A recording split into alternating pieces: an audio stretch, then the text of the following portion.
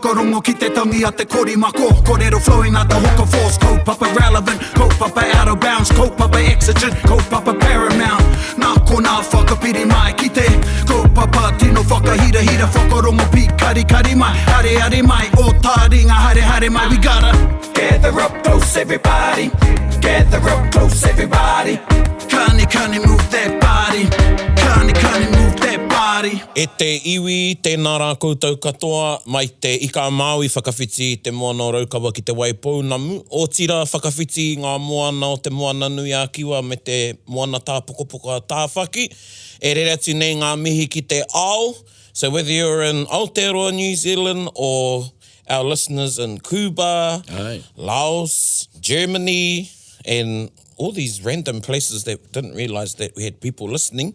Tēnā koutou katoa, nau mai hoki mai ki te punua pāho nei, ki a Taringa. E whakapāho atu nei, iko nei, I te bustling metropolis of Te Awamutu, under the auspices of Te Wānanga Aotearoa, from our media unit, Te Ipurau, e mihi ana, tēnā koutou katoa.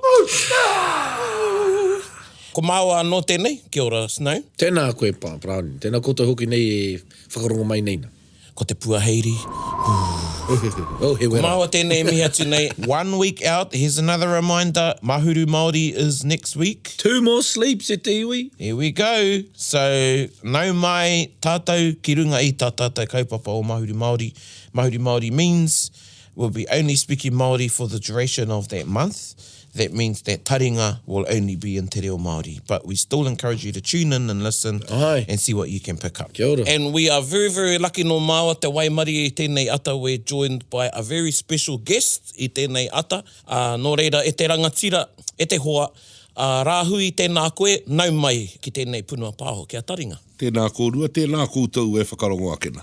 Tēnā koutou. Now, we've gone around and we're back at Iwi o te Wiki. Aye. And you remember that we done one of our Iwi o te Wiki with Te Mahimi. A morehu. Tēnā koe mai morehu. Tē mai morehu. Tē mai morehu. Tē mai morehu. Ai. Ma te manga e tautoko mai. Ai. Aye. And we've been looking at movements as a iwi. So I kōrero mātou māua kia Te Mahimi. And this week, we've just had the Koroneihana celebrations at Tūranga Waiwai. Last week. So it's fitting that we talk about the Kiingitanga. So Rahui is one of the spokesmen for Kiingi Tūheitia, one of the orators I runga I te pai o Tainui, and he's joined us. So e mihi nui ana kia koe Rahui I tēnei ata, tēnā koe. Nau mai, haere mai. Kia ora. Before we get into our kōrero, Rahui's going to share a kiwaha with us that we're going to... Well, Snow and I are going to try and... Usually we murder these kiwaha. We're going to use it throughout the segment. And it's very Tainui-centric. Hoi anō, kei a koe Rahui? Very much so. So my sister Pania and I went around collating a lot of our kiwaha from those who are no longer here. And one of the ones that came up on almost every conversation was puku kauana. So it's... puku kauana means you've got a bloody cheek. So it's something that you can use in every context and in every conversation. Kia ora. Kia ora rau atu. Yes, I'm sure I'll be using that a lot with puaheiri. So koe nā tātou kiwaha e te iwi, puku kauana, you got a bloody cheek. You got a bloody cheek. Yep. So for those that have listened to past podcasts as well, is that it's around the same as katahira? Yeah. Sort of might be in that sort of Sort of katahira. yeah. Could be a eki even. It's a bit of eki in there. Yeah. And also, remember when Che was giving us all the definitions of we'ina. Aye. And, how you say we'ina, you could say we'i. Yeah. And that means, you got a cheek too, damn cheek too. So, so puku kauana e te iwi. Yeah, kia ora. And, Snow and I, Puaheiri and myself will be using that through the segment, maybe to each other. And once again, can it differ in such a way in which the person uses it? It's really a sarcastic comment. So, Yeah. When someone says, oh, look, I'm the man, I'm the most beautiful woman in the world, you say, puku kauana koe ko. Kia ora. I will be using that. Yeah, we're using it. Yeah. Nō reira e te iwi, ko tā tātou kaupapa kōrero I tēnei wiki, ko te Kiingitanga. Kia ora. And I did, say that it's the Koroneihana, the 12th Koroneihana celebrations of Kiingi Tūheitia. And it's also this year's 160th year since the inception of the Kiingitanga. Kiingitanga, kia ora. Nō reira, ka whiua ki a koe Rahui, ka waiho mā te wairua a tātou kōrero e arataki. And I'm sure a lot of our, listeners out there are wondering, where did the whakaaro for Kiingitanga come from? So really the genesis of the Kiingitanga was about to reclaim our self-determination in our own country. A lot of our leadership across the country had felt that we were being minimalised even in our own rohe. And the mana of the rangatira were being just degraded and pushed over, really. And really because of some of the processes. So like they'd go to a particular person in a tribe to sign off the sale of land, whereas the rangatira of those lands didn't agree to it, but they would honour it because it was someone from that iwi. And so they felt people were feeling that they were being degraded. So the movement of the Kiingitanga actually was designed by a couple of guys, by Piri Kawau and Tamihana Te Rauparaha, when they visited England, and they saw the changing of the guard. So all the horses' legs were working in unison, and they thought, man, this queen must have huge mana for all of her horses to be working in unison, let alone the people. So the soldiers at that time. So they thought, look, we'll go back to Aotearoa and we'll put the whakaaro there.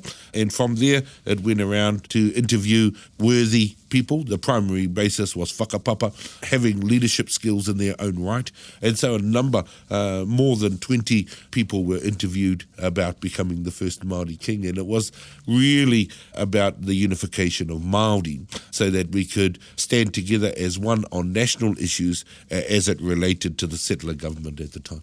Tēnā rā wātu koe. And I think too, just to put everyone in context, this is 160 years ago. It's probably the biggest mass iwi consultation that was taken up. It's probably the first one. And these rangatira that took the kaupapa around, they walked or they went by cart. Horse and buggy, but a lot of them walked around. They travelled from the north to the east to the west to the south, and then they had major national hui. So those were some of the first times that rangatira from across the country came to national hui as well. Kia ora. I think that's something a lot of people fail to realise, that the consultation before the inception of the first king, because there's a lot that agrees that they don't belong, or with a lesser of an understanding towards how the consultation happened. So could you tell us about what happened prior to the first inception of the first king, Pōtatau Te Whirawhiro? Yeah, so those two guys came back in and around about 1845. So it took about 13 years to actually get to a point. And that's a mark, I suppose, of the patience, of the resilience of the kaupapa to go around for that long before something is actually finalised. And you're right, there are some people that feel like that. There are also some people that know the history of their tupuna and the sayings of their tupuna as it relates to the beginning of the Kiingitanga as well. Could you share just maybe some that, I don't want to say because they're all sort of special in their own right, but I know when you talk about they went to interview and then those ariki or rangatira, they replied in a particular manner and sort of, hea e tahi oe rā kōrero. Oh, look, when the one that has become a proverb now is probably the response of the east coast of Te Kaniatakirau when they asked him, e kani ko koe hei kingi, you should be the Māori king. And he said, e hara taku maunga hikurangi te maunga haere. He maunga tūtonu ko tōna mana mai o namata nō tua whakarere. So my mana comes from an age-old whakapapa process rather than a Pākehā title that can be put on me. And he also said that I'm from one side of the island. It might be better to unify the people in the middle sort of thing.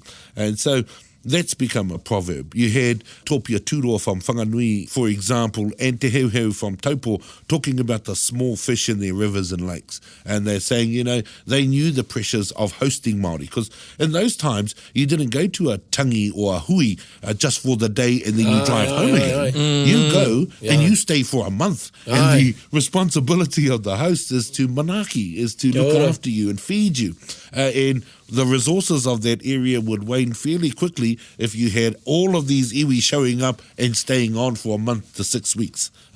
And so they knew the pressures. You had Te Amohau of Te Arawa saying, kua kingi au no mai anō, ko aku wāhine katoa he kuini. Hey, I'm already a king, and all my wives are queens. So, you had a whole number of different responses. Tēnā rau ati koe. Kia ora. Oh, pai e rā kōrero. Aye. Do you think, like, well, I don't know, I'm like thinking to myself, was it a, eloquent way of sort of passing the buck? I think so, yeah.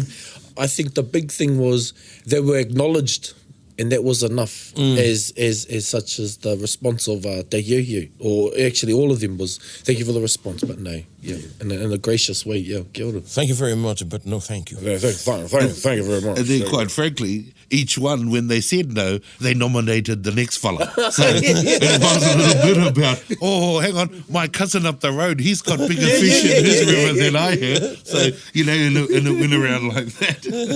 And then they go, who said that? Oh, so-and-so said that. Thanks, Puku kawana, Thanks, puku kawana. cuz. Yeah, puku kawana koe, cuz. I'll say. Yeah, but there were some instances, like down the East Coast, I think it was Karauria, and he professed that he should be in line, and then he sort of got told by his relations down there, puku kawana. Yeah. Puku kawana koe. That's right. There were people that actually put their hand up, and then the whakapapa experts said to them, oh, hang on, cuz. The HR of the process. Well, that's right. Yeah. But the beauty about that is the lessons in there. So it was a kanohi ki te kanohi engagement. It was a hui engagement. Kia ora. And it was say it straight to the man's face. Hey, Ai, hang kia on, ora. cuz we don't think that you've got the whakapapa that, that can hold this position, really. So there's a lot of lessons in there for us in this day and age. They weren't keyboard warriors and things like that. They actually went to them, and if they didn't agree with something, they said it straight to the man's face. Just to reflect again on what we've been talking about, the consultation process, the kanohi ki te kanohi, and then again, just put everyone in context, these rangatira that took the kaupapa, they just wouldn't have turned up and then said, right, want you to be, it would have been a few days hui with that rangatira. It's not like they searched in Seek or whatever, the job search, and found, Kiingi, I'll apply for that. Yeah. Been to Tairāwhiti, tick that box. Tick that box. And just the time it would have taken to get between, like from Whanganui to Taupo, and then Taupo to Rotorua, and then... Yeah, because it shouldn't be emphasised that it was just someone woke up and goes, I think I should be a king today. If there was 13 years, imagine 13 years in this day and age to select someone for such a position. And just going on that, because eventually they did pick somebody, Aye. but he was Pōtatau, Kingi Pōtatau. When he was thought of, initially he didn't want to be king, and I think one of his famous sayings was Rukia Kinga Iwi o Waho, and it was from there that they took the kaupapa out. Yeah, so there's a couple of versions there. One of them is that Queen Victoria actually asked the governor who should be the king, and he nominated Pōtatau, and Pōtatau said, Rukia ki ngai wi o waho. And then the other is that at the hui at Pukawa, he was actually nominated by Te Heuheu. And 3 times he said no. He said, Kua tō te rā kia, the sun has set on me. And then at the Puna Roimata hui in Rere Amanu at Haurua, they said, Ka tō te rā i te ahiahi, ka ara mai anō i te ata. The sun sets in the evening and it rises again in the morning. So, all of those things have become proverbial sayings now. Pōtatau said to his relations here in Tainui, because he knew that he needed the support of all of Tainui to be able, if he was to accept the position. And he said, Kei aku rangatira ki te ki mai koutou me tuau ka tuau. E aku rangatira ki te ki mai koutou me noho au ka noho au. And so he left the choice up to the people, because the Kiingitanga is the people. So yes, we had the king as the head, but you also have the people as the backbone, really, of the kaupapa. Kia ora e hoa. I think that's a key message for this kōrero today, is that Kiingitanga is the people. I remember going to a pōwhiri and hearing the iwi that we visited saying, e mihi ana ki te Kiingitanga. And the kaumātua on our side, when he stood up, he said, kei te mihi ki a koe anō. He said, you're acknowledging yourself because you are the Kiingitanga. Kia ora. And I think that's another, misconception, that the Kiingitanga is only Waikato, is only Tainui, is only at Wāhi, and Rahui Pōkeka Huntly is only Tūranga Waiwai. Now, the Kiingitanga is a movement, the Kiingitanga is the people. Aye, which is, I think it is such a message that everyone should know, is about the consultation And the first reception of Potatau was to say, ask everyone first. You know, let the people decide. And also, he was at such an age, and how old was he when he was He first? was almost 80. Oh. Well, if he wasn't 80. Kia ora. So he wasn't selected because of the person. He was selected because of the whakapapa.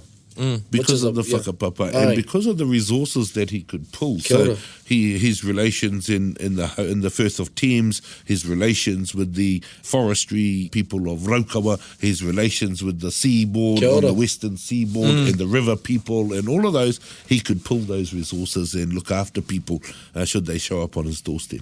Kia ora rā wātu, and I just want to sort of extend on whakapapa so people aren't, so our listeners are thinking, because of not only his pedigree or his lineage, but the extent of his whakapapa in being able to unify. Because I think I'm right in saying there isn't a waka that the current Arikinui Kiingi Tūheitia that he can't whakapapa to, because that whakapapa reaches far and wide. Aye, so yeah, that was the biggest part, I think, of the consultation period, which is why those certain people were asked, because of the whakapapa, the pedigree, the links to the motu. And that was it really. Part of the interviewing process was those ones that could link all of the people. So it wasn't just Te Whirowhiro, it was Te Heuheu, it was Te Amohau, it was Te Hapuku.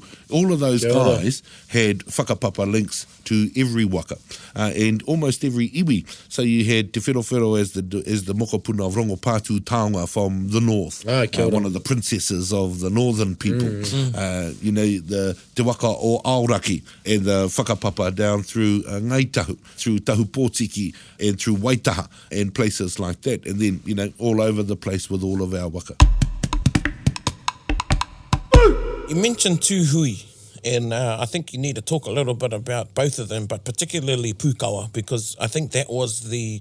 Koe nā te hui, e tino whakaui i te whakaaro, te Kiingitanga, ne? Yeah, so in those days, Te Heuheu, his pātaka burnt down, and he created another, and his pātaka was bigger than most wharenui that are around today. It was huge. It was, and so he named it Hinana Kiuta, Hinana Kitai. To search the land and to search the sea. And so he invited everyone to come to the opening of his pātaka, and that was really the basis of how that was the carrot that he dangled to get everyone there. And so while there, he put up this mast pole and he said, Pai here te o koutou maunga. Bring your mountains and join them to Tongariro, because I'm going to join Tongariro with Taupiri and we're going to nominate Potatau Te Whirowhiro as the king. And so everyone that got up and put their stake in the ground, they talked about the undercurrents of Te Rere o Rangiatea is actually an undercurrent of a river under the land. And so they're talking about the stuff that you can see and the stuff that you can't see. The wairua type things as well. And then they put it on the doorstep of Te Whirowhiro. He said, I've got to go back and ask my own people for their support in the first instance, which they did. But Pukawa was really the defining moment in the establishment of the Kiingitanga. They had been around all over the country, been back to Te Heuheu a couple of times, different Te Heuheus, different chiefs in those times. And so, yeah, they came together and they nominated, and really, Te Heuheu wouldn't take no for an answer. And so Te Whirowhiro had to acquiesce or had to give up his kaupapa and say, oh, yeah, okay then, mehe mea koe rā te whakatau a te motu, koia. Aye. And for those that are wondering, my people of the north, beyond the wall, Tamati Wakanene was at that hui. Very much so. And nā no I whakai. Tika tēnā. Kia ora. Te puaheiri. So they have the hui, you know, or they've had te wānanga for, 13 years or however long, took it out to the motu, ka tū te hui ki Pukawa, and then of course Tainui had our own hui within Tainui waka. And then how was Potatau coronated? Was that even a word, coronated? Aye. No, crowned. Usually it's you that makes up those words like that. It would be coronated. Puku kawana. So Pukawa was 11 years after the concept was brought back to Aotearoa. Wow. And it still took another 2 years to actually confirm. And so Pōtatau had some issues, like his grand aunt had passed away. And in those times, those chiefs had to seek revenge. Kia ora. And actually, it was near here at Kaipaka that incident went down. And that stuck with him, that he hadn't avenged the death of his grand aunt, of Te Rangianema. And so he came back to ask some of his grand uncles, actually, Hoani Pāpita, Porokoru, and others. And they said, boy, let it go. Let it go. But to actually cement it, the tribe that had killed his grand aunt gave one of their princesses in marriage to the other tribe. And that's how we resolved a lot of our conflicts at that time, through Taumo and things like that. That happened at Rangiaowhia, and that's when the karakia, the ancient karakia, was put on to Te Whirowhiro. And then later on at Ngārua Wāhia on the 2nd of May 1858, it was done in a more biblical fashion by Wiremu Tamihana, by consecrating Te Whirowhiro with the Bible. And that Bible has been the consecrating instrument for every ariki, including Kiingi Tūheitia. And then, you know, through all of that, and anointing with oil and the singing of the hymn, Ka Mahue a Ihipa. So like the Exodus hymn. And so that was symbolic of Māori coming out of the pressures of alienation of land and coming out into the land of milk and honey, like they sing about in Ka Mahue a Ihipa. So he resolved his issues through grace, and the person that coronated him, was he consecrated? They consecrated him. They crowned him, coronated. See, you like it. I like it. So that person, Wiremu Tamihana, was from the area in which he was to seek revenge, is that right? Yes. So it was actually Wiremu Tamihana that gave his daughter, Te Raumako, to Ngāti Apakura. Aye. But then there were a number of times, so it Better was... than Game of Thrones at the Aye. Game of Thrones has got nothing on our history. I think they read our books. Yeah, so there was a concert at Te Punaroimata by Taonui and people like that. There was Te Tāpihana that delivered the original karakia. There was the nomination and the resolution, actually. It was, so they did it. It wasn't like all in favour say aye. It was... Everybody come up, grab a titi manuka and put it in the ground, and that links your mountain to our mountain. Neither was it done by the sword or the patu or the taiha. That's right. Yeah, I think that's a big difference in our Kiingitanga, is that it was set up in Maungarongo, whereas if you look at a lot of the histories across the world and even in the Pacific, you look at the house of Pōmare in Tahiti and the house of Kamehameha, Kingi Kamehameha went and he overtook all the islands of Hawaii and set himself up as supreme ariki or king of Hawaii. But this was done in a maungarongo, in the sense of maungarongo. And everyone came with their kōrero, everyone came with their karakia, everyone came with their mōteatea to show their support in the origins of the Kiingitanga. And that's happened right throughout the 160 years. And those sayings, those mōteatea are still sung and talked about, those prophetic sayings like my mountain doesn't move. Those things are said on a regular basis in a lot of hui. I call those whakatauki and mōteatea the Da Vinci codes of the beginning of the Kiingitanga. That we can unpick and clarify, and we're still clarifying today and trying to figure out the wairua in which they talked about. Kia ora. Talking about the Da Vinci Code, he had a wānanga about one of the kōrero about the kaura, and we've looked at it as a food source, and you need a lot, the freshwater kaura I'm talking about. That's the first layer, And then, I've been told, well, you got to look at the kaura swims backwards. And I was going, oh, yeah. And that was that's another take on that kōrero. Talking about the Da Vinci Code. Ka mau te wei. Ehua, Rahui, if it's not too much to ask, could you just touch on each king and Te Arikinui and maybe just provide a few, maybe some things that they done in their time? Some, and I know some of you that are listening out there will know off by heart who these ariki are. And to many of you listening, you won't know a thing about the Kiingitanga. So if you could, just provide a little kōrero about each king, succeeding king, and e tai o ā rātou mahi.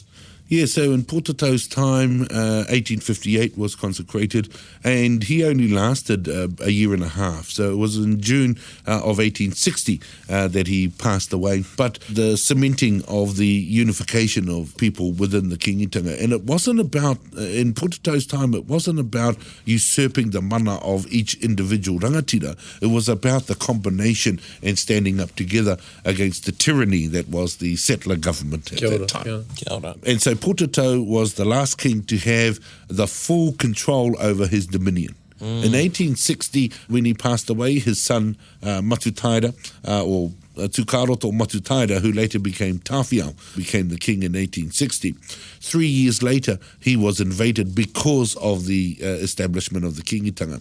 And the Raupatu came about. Tawhiao was a bit of he was a pacifist, and so he joined forces with people like Te Whiti and Tohu at Parihaka, who were pacifists as well. But they pushed him so much that his people cried to raise arms. And so in 1863, the Raupatu came about. He took a bit of time, but he came back, and really the Raupatu was about the ceding of land, but it was about the psychological damage that had done to his people as well. And so he came back, he established a parliament, Te Kauhanga Nui, in 1892. He established a newspaper here in Te Wamutu at that time. And so Ghost's rebel government newspaper was here in Te Wamutu as well. The printing press is still here in the museum. He established the institution of Pokai that is more than 130 years old now. And that was a chance for the king and the people to talk about strategies and planning about particular topical issues of the time.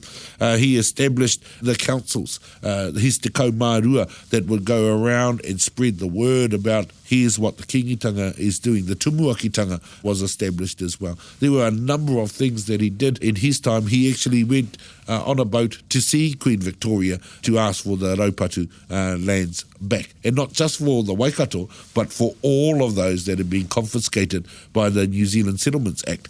In those times. And because he lasted so long, 1860 to 1894, he was able, alongside his strong shoulders at that time, to establish a number of self-determining factors that are still alive and well today. So today we have more than 30 pokai across Tainui and a few outside. We have resurrected the hokioi as our means of propaganda, if you like. Yeah, pugu go on. And the Kauwhanganui still stands today. Aye. In 1894, Tawhiao passed away just 3 months after Rewi Maniapoto. And so when he passed away, his son Mahuta took the reins. He entrenched again the Kauwhanganui, but he also added to it that there was going to be taxes that were going to be put on people, especially Māori people. So the dog tax was one of those things. You've heard the saying, every man and his dog. Well, every chief had a number of dogs, and the more dogs you had, the more money you had. So every man in their tax. That's it. Every man in their tax. And so they taxed everyone, I think it was a sixpence for every dog that they had. And so that's how Te Kauwhanganui made money to, and then the petitions that came out. Mahuta established the brass band because when he first was asked to go to Waiuku, the mayor led the procession, and before him was this brass band. And so all the Māori thought, man, if you want to have mana, you've got to have a brass band to precede you into these things. So Mahuta established a brass band, and really there was a wairua element to that too. The saying at the time was, people's words can change, if they change their mind, but the words of the instruments will always honour God. And so that's why the wairua element of the band there. Seddon came to Wāhi in 1903 and asked Mahuta to become part and parcel of the New Zealand government, or the Legislative Council at that time. A lot of the kaumātua didn't agree because they felt that Mahuta would be subservient to the government of the time. But Mahuta said, look, my father tried in his time to be self-determining. I want to do this as a pathway to get our whenua back. Unfortunately, he quickly found that there were only 4 Māori on the Legislative Council and they were outvoted at every turn. So he came back in 1910 and took back again the mana of the Kiingitanga and sort of knew that the parliamentary process wasn't one of the ones that he would be involved in. 2 years later, he passed away in 1912, and his eldest son, Te Rata, the eldest of 5 brothers, took the reins of the Kiingitanga. Me whakaronga pi kari kari. Te Rata's first move alongside Tuputai Ngākawa was to travel to England to see King George, and it was the first time that the two monarchs actually sat down and had a conversation together. Kia ora. When Tawhia went, Queen Victoria wouldn't allow him an audience. But Te Rata met Te Rata met with King George and Queen Mary at that time. They also met with Queen Liliuokalani in Hawaii, because that was one of the stopovers for the boat that went. So they've set in place another legacy of whanaungatanga across the Pacific as well. And so he couldn't actually achieve very much, because whilst they were in discussions, World War I broke out. And everything had to stop from the English's point of view. And Te Rata actually had to get out of England, or he would have been stuck there until the end of the war. And so they came back through via Canada, and he suffered rheumatic fever and really never recovered from it. But what Te Rata did, and what his strong suit was to call on members of his family to take particular leads in the machinations of the Kiingitanga. And so Te Puea Herangi, his first cousin, was designated as the political voice of the tribe. And so she refused to send boys to the First World War. Kia ora, kia ora. Piu Piu Te Wherowhero was one of the ones that looked after the wairua aspects across the country, striking up relationships with Rua Kenana and Tahupōtiki Wire Muratana in their time. Tonga and Te Rau, Te Rata's younger brothers, looked after the workforce, all of the potato peelers and all of the workforce within the Kiingitanga. Tu Mate Mahuta, his younger brother, alongside Pei Te Hurinui, was the negotiator for the original settlements. And so he called on the strong shoulders of the Kahui Ariki to be his face and to work within various areas. But Te Rata ultimately had the final say over things that happened within the Kiingitanga. In 1933, Te Rata passed away, and his young son of 22 years old, King Koroki, took the reins. He took the reins as the leader of the Kiingitanga. Koroki said that he was a very shy guy, and he was more comfortable under the hood of a truck than he was on the pai. But he was a very reserved type guy.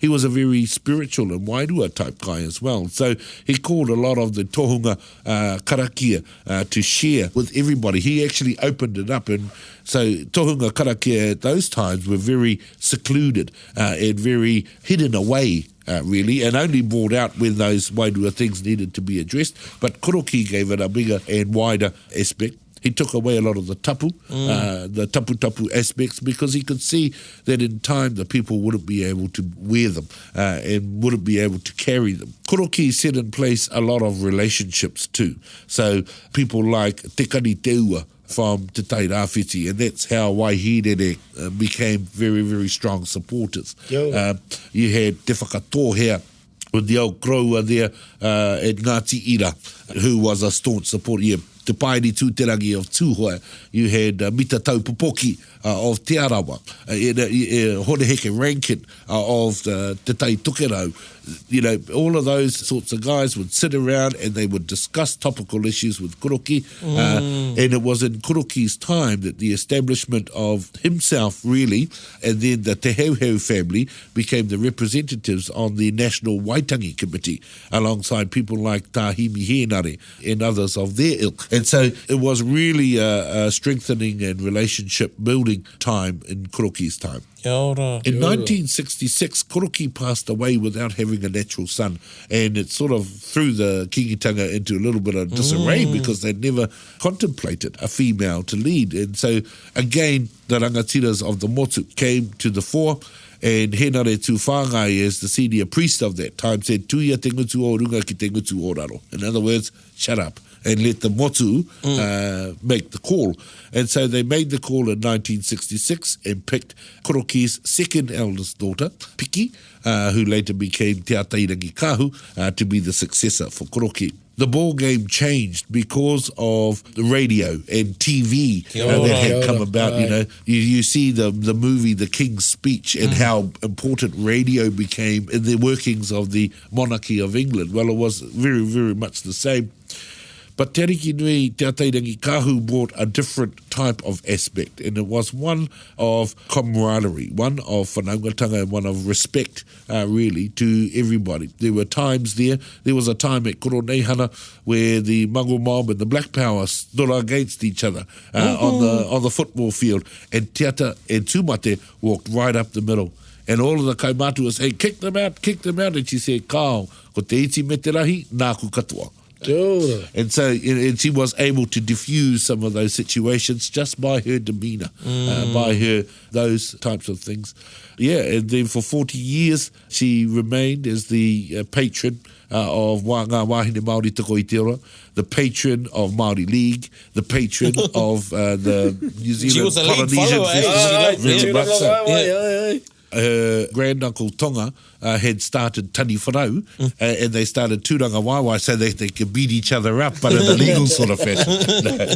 But, you know, rugby league was part and parcel of Ngārua Wahia and Huntly at that time. There were rugby league, Māori tennis, Māori bowls, all of those types of things Te Ata had a part in her time. And it was really the rejuvenation of the Māori spirit in the medium of sport, in the medium of kapahaka, in the medium of manu kōrero, for example.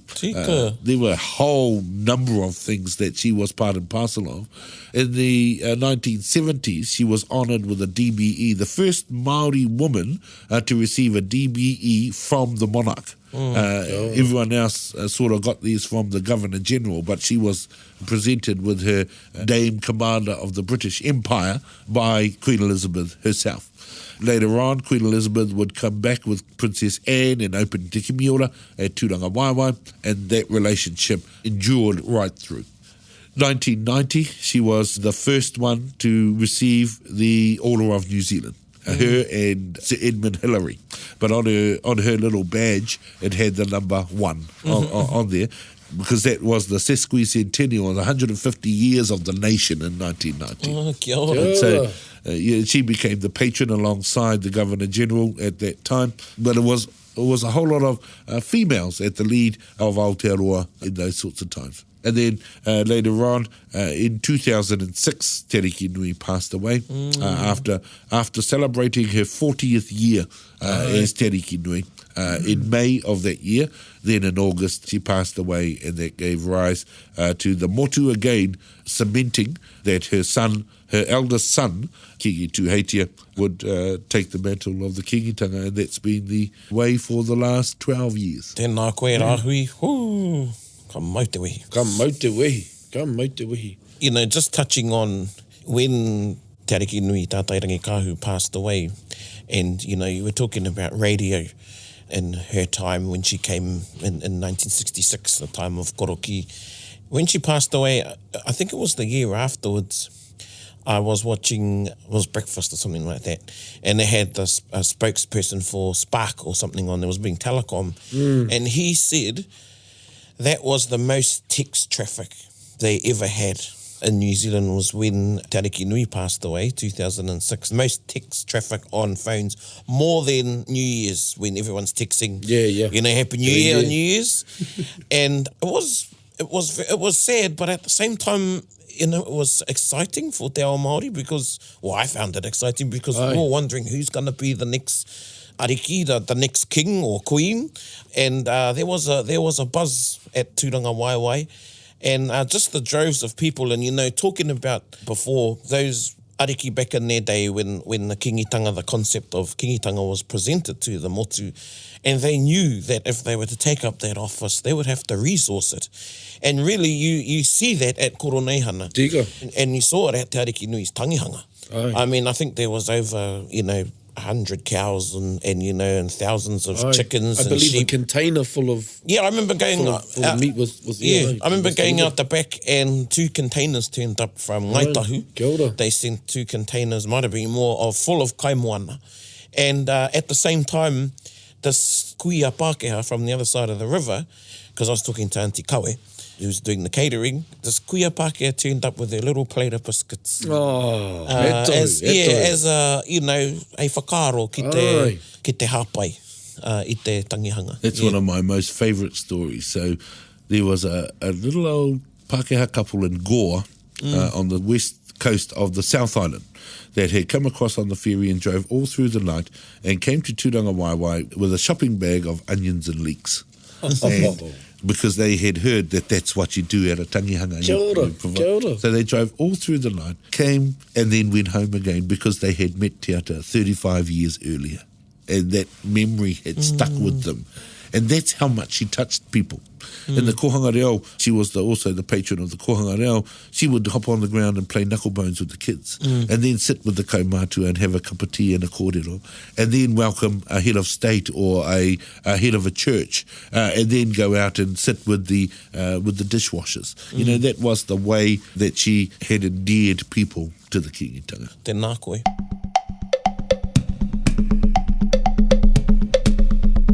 Touching on our current King, Kiingi Tūheitia, and I don't really want to talk about some of the political things he's done and things like that, but one thing that's prevalent to me is him embracing the rangatahi and pushing the rangatahi and encouraging the rangatahi to take up leadership roles and to get into particular responsibilities, not only within the Kiingitanga, but within our people, not only in Tainui, but throughout the motu. Very much so. So Kiingi Tūheitia is very, very focused on the future of the Kiingitanga. And I think a lot of that is driven by his tamariki who have come up, you know, through the kohanga reo and the kura kaupapa system, and then through the universities, but all the while maintaining their Māoriness, I suppose, through the mediums of kapahaka and things like that. And I think that he's looking at the future of the Kiingitanga in trying to solidify now, I suppose, the next set of spokespeople and waiata people and organisers, so that the future of the Kiingitanga will always be part and parcel. You know, we've seen on our pai, there's been a resurgence of rangatahi, well, not quite rangatahi, but still think they're rangatahi. Some of them are quite young. And they're really finding a place now amongst the kaumātua. We also see across the motu, in, you know, at the Pikiao Pokai, for example, when some of our rangatahi got up, they allowed, for the first time in my memory, a rangatahi whose father and all of the old people are still alive to stand on, you know, and so that's been something that's permeating through the whole motu. And I think it's a silly person who doesn't embrace the future of a kaupapa for it to survive. So if we're talking about 160 years of Kiingitanga, what then does it hold for 160 years into the future? Ai, ka haihai anō te rā. Ai. Kia ora. Tēnā koe, Rahui. Rahui, hei whakakapi ake, what are some key messages of the Kiingitanga and key principles of the Kiingitanga in closing? I think one of the things for me personally is taking the lessons of our past, all of those Da Vinci codes and the tongikura and those sorts of things, and unpicking them so that our rangatahi are clear. But that's the beauty of tongikura. Tongikura are sayings that will never ever be completed or never actually be finalised. So when you say māku anō e hanga tōku nei whare, every generation has to build their own house. And they have to populate it with the popo that they see at that time. And every generation will have their challenges. And so I actually would like to see the lessons of our past to guide our present so that our future is stronger. We say, ko taku muri, taku mua. You know, we learn from our past to derive our future, and we need to really focus on making the next generation so that they have a stronger legacy and a stronger foundation than the one that we inherited. Their responsibility is to provide a stronger foundation for the next generations, and so on and so forth. So by the year 3000, the Kiingitanga has a tradition of building foundations for the next generation.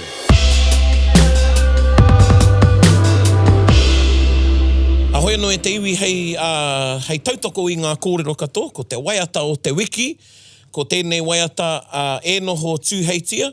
And before we get into the waiata, just ask Rahui just to sign off and maybe just provide a little whakamārama about the waiata. Kia ora. E ngā iwi o te motu, nō koutou tēnei kaupapa o te Kiingitanga. Kia ora. Ko tā tainui, he manaaki, he tiaki. Engari, ko tēnei waiata was penned by Te Puea and the TPM for Kiingi Te Rata, so the original words were e noho e rata i te pou o Waikato. And then when Koroki came about, inia te waiata saying e noho Koroki, and then when Te Arikinui, Te Taringa Kahu took the reins, it was e noho e ata, and then after 2006 it was e noho Tūheitia. And it talks about the tūtohu whenua, or the environmental aspects of the people, covering particularly the Tainui tribes. Tēnā rā wāti koe. Nō reira, e te iwi, whakarongo mai. Arati hei Māori ora e noho tūheitia. E noho tūheitia te hiri o Waikato. E huri toka nohi ki te hau. A uru ngā tai e ngunguru i waho te ako. Au e hei au e. I au e. Au e hei au e. Tō piki tanga ko te ao, te rangi tō heke, tanga ko kai o e marunga tō hoi ngā waka tō whai ngā roa. Au e hei au e, i au e, au e hei au e. Takahi atura te moana o te aki a whatsi koe i te hua o te miro te tihi o mai rangi te puti o ki o kinga. Au e hei au e, i au e, au e hei au e. Tua o mata ki ka whia moana ki ka whia kai ki ka whia tangata ko te kupu tēnā o tūpuna. Au e hei au e, i au e, au e hei au e. E tūtō wai ki te kei o Tainui tēnei tō hoi ko te kai marua ngā kai e marino i waho kārewa. Au e hei au e, i au e, au e hei au e. E huri toka nohi ki pirongi a maenga ki te rohe pōtai ki are ka hānara ko te haona ka hao te runga rawa. Au e hei au e, i au e, au e hei au e. Kia o ringa ki te kauhanga nui te paki o matariki ngā whakao ati ko ke mure tira tōna o kohoroi. Au e hei au e, i au e, au e hei au e. Hoi tō waka! E hoi tō waka ki ngā roa hia tūranga wai o te Kiingitanga ke tongi whakamutunga mātu taera. Au e hei au e, i au e, au e hei au e. Iri te aroha, Iri te aroha ia, ha ha. Oro mai o ringa me aroha tāua. Au e, hikitia, au e, hapainga. Au e hei au e, i au e, au e hei au ti hei Māori o Rahi. Tēnā rā wāti koe, Rahui. Kwarangati katoa Taringa i a koe i tēnei rā, i tō whakai mai, i tō whakawātea hoki i a koe. Nō reira, nei māua e mihi nei ki a koe o tira, te wānanga o te roa, te motu me te ao. Kia ora. E rere nei tēnei kōrero ki te ao. Nō reira, tēnā rā wāti koe, i rā kōrero katoa, i rā whakaaro, kanoho tēnei hei taonga i runga i a Taringa. And it will be kept forevermore. Recently, I visited Ngā Taonga Sound and Vision and agreed that we will send the archive of all the Taringa recordings to be archived there forevermore. Hopefully Taringa's around in the year 3000. Hey. Puka kawana. To interview for another Kiingitanga. That's right. Might be Taringa hiko by then. Might be telepathic. Telepathic, yeah, you know, gone round. Sound and telepathy. Hoi no tēnei te mia ke Rahui ka whakawātea. Ka whakawātea koe nō reira, e mihi ana, tēnā koe. Kia ora. Kia ora mai.